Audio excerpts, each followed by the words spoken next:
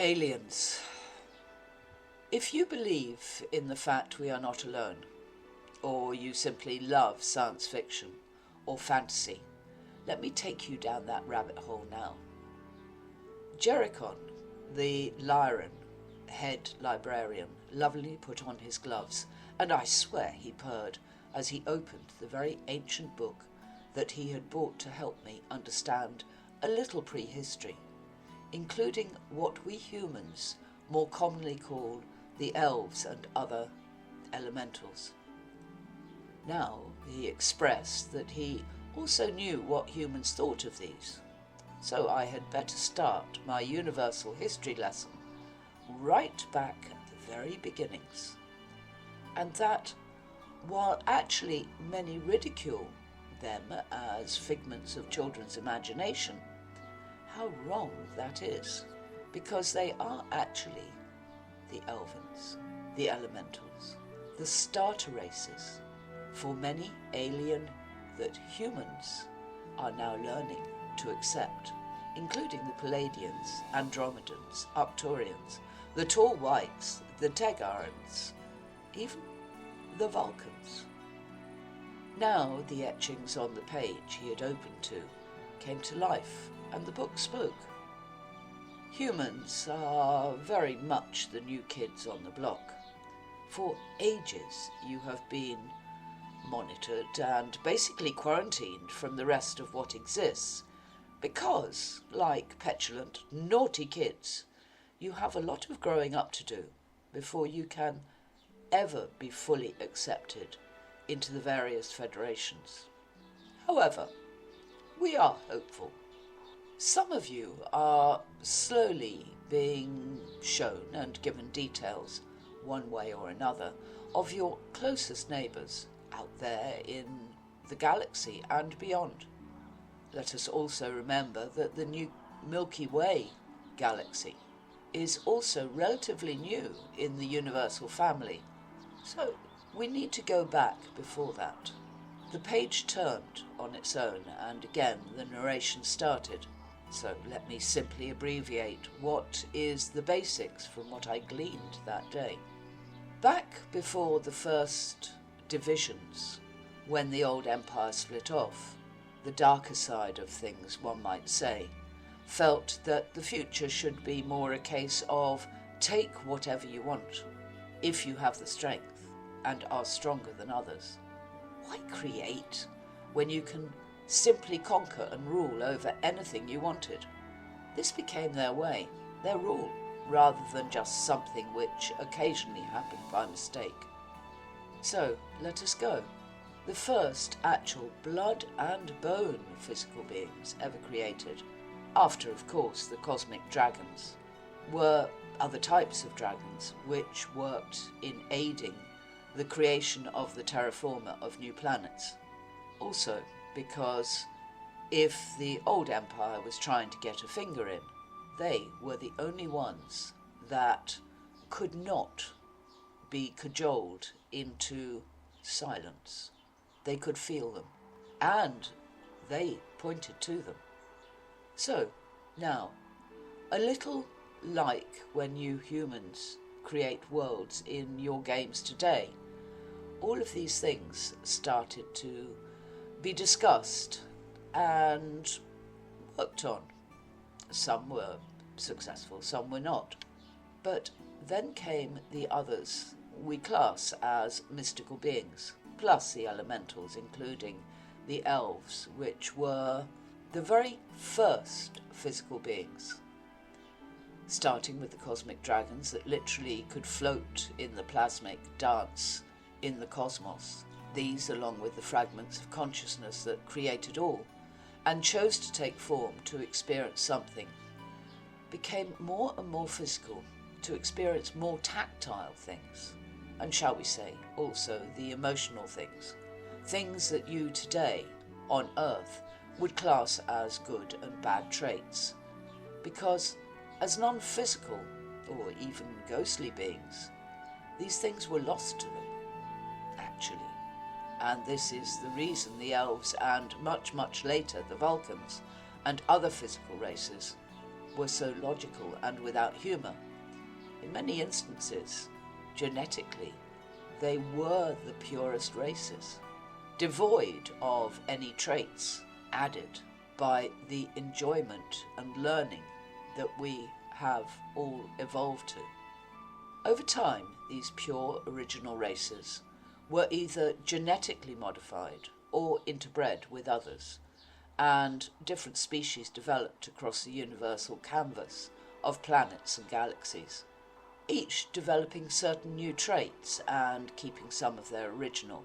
And this is part of the reason Arianel and Dragondom, the hidden worlds that was kept so secret, was created, because there, and only there, are the original DNAs of all the original master races. So, let's look at some of them now. The elves. Like their creators, they're very logical, perfect and tall, devoid of frivolity, almost clinically methodical and scientific in their approach to anything.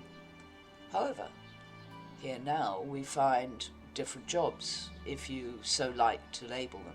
The record keepers, the designers, the governors, the balance being kept so as to experience all kinds of emotion. Started with some of these, as there were those who could do no harm, and those who wanted to experience the shadow, the darker side. But before we get to those, let us look at the first subgroups. The very first subgroup was the Time Lords. These are the record keepers, and they were needed. As with any experiment, they would be totally separate, yet be able to witness all places and keep long-term records on the evolution without prejudice or getting involved in any way, no matter what was happening. Their lifespan, their species, and their home, the original Gallifrey, was to be separate from everything, unique in their physical appearances and abilities, to regenerate with full memory, so no data would be lost if they ceased to exist in the physical while on a mission for the collective consciousness. Their findings would be passed back to the collective consciousness. They themselves would not be reassimilated between their existences. Over eons they physically adapted and had the ability to change their physical appearance during their metamorphoses between their old lifespan and the next. This was unique almost, just to the Time Lords. Next, the top echelon elves, the regal or royals of the physical elven groups. These would be the governors, a group or family to be on each planet, to be the physical presence, one might say, of the collective consciousness and able to communicate everything back. However, as a secondary part only to the mage, as this group proved to be better at mixing with all aspects of the beings on any planet, and also acted during the terraforming and later as both healers and general keepers of the peace and teachers. The mage, the wizards, the sorceresses, and others of their line were also very useful to move from one zone to another, which was something not possible for the royals. Later, however, the royal template was adapted again to become the ancient gods of myths, and by this time they worked both the compassionate side as well as the shadow or darker side. By this time, the latter had already separated, with the darkest being from the old breakaway empire, which was only interested in conquering everything and destroying anything that would not join it. The next group were the High Elves, which much later in evolution could be seen as the Vulcans, the Arcturians, the Andromedans, and other similar, very logical species we will meet in the Chronicles. These were the designers and architects, mathematical, scientific races. While appearing, some may say, very regal, they were very much involved in the physical worlds, the purity of their race being very important to them, as they found many of the subspecies they worked with to be highly inferior and illogical. This group are also found across both the light and shadow aspects, as it was important to understand both sides of the coin, however. Because they were so logically centred, they refused to be incorporated into the breakaway old empire, vowing instead to aid the illogical species to understand how to combat that growing threat that this breakaway group now posed to everything, including their own logical races. Then we have the general Elvins, those experiencing more than the higher sectors of their race, allowed to learn through experience and to evolve as they chose. However, there would always be one part of this species which would act as the main protectors, and thus military, if you wish to use that term, to aid all the other elementals and new species in running the terraformer on newly evolving planets. Also, as part of all the different federations that would come into existence as the universe expands, and as more and more physical forms were created. One could surmise that at this point there were many heated conversations within the physical groups, the hive consciousness of all, the planets and other creations that formed the original terraforming on any planet. Oh, and don't forget the dragons, who also have their own hierarchy, and the beasts or other creatures, for all have had a say in the beginnings and put their ideas in, some good, some rather disastrous, but all tried. None of the above group wished to be continuously part of the full creation, tethered, so to speak, like babysitters, nor could their logical minds cope with the trauma of the illogical realities. Thus the Fae and other elementals were created, genetically a much more gentle race, compassionate, adaptable, and as each type was created with specific types of physical beings in mind, so the dryads, the wood nymphs, the flower fairies, the gnomes, the hobbits, the pixies, the leprechauns, water sprites, and all of these came into being. These became the founding protectors and guardians of anything that existed on any planet which was not blood and bone, i.e. trees, vegetation, fresh water, even rocks, and creepy crawlies, working alongside the dragons in the terraforming and forever running the planet ecosystems as that unseen helping hand. The Fae also have their own hierarchy, similar to the elves, their own royal and high branch.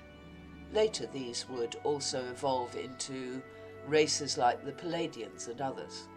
They're healers who work alongside the unicorns, and their military arm, which works with the elven military groups, and also in some roles, mostly as healers, within the various cosmic and galactic federations, alongside many of their own evolved subspecies.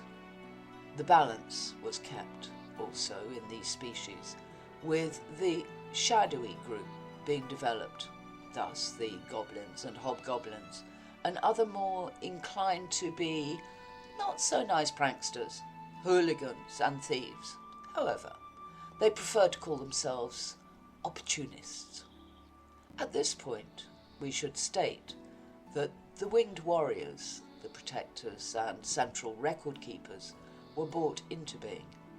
These with the abilities to shapeshift and be either pure energy or physical, to travel without the need of any artificial aid, and to be set apart and recognized as the messengers, ambassadors, and military of the non-physical collective consciousness.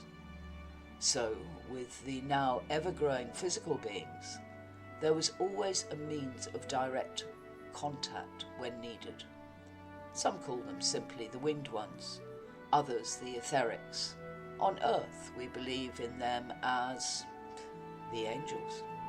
However, whatever the name given to them, and whatever the name they are known by and looked up to as beings directly to the source of all, the collective consciousness of which we, the physical beings, and all other physicalities are part. I hope you enjoyed this nutshell version of the very beginnings. Goodbye for now.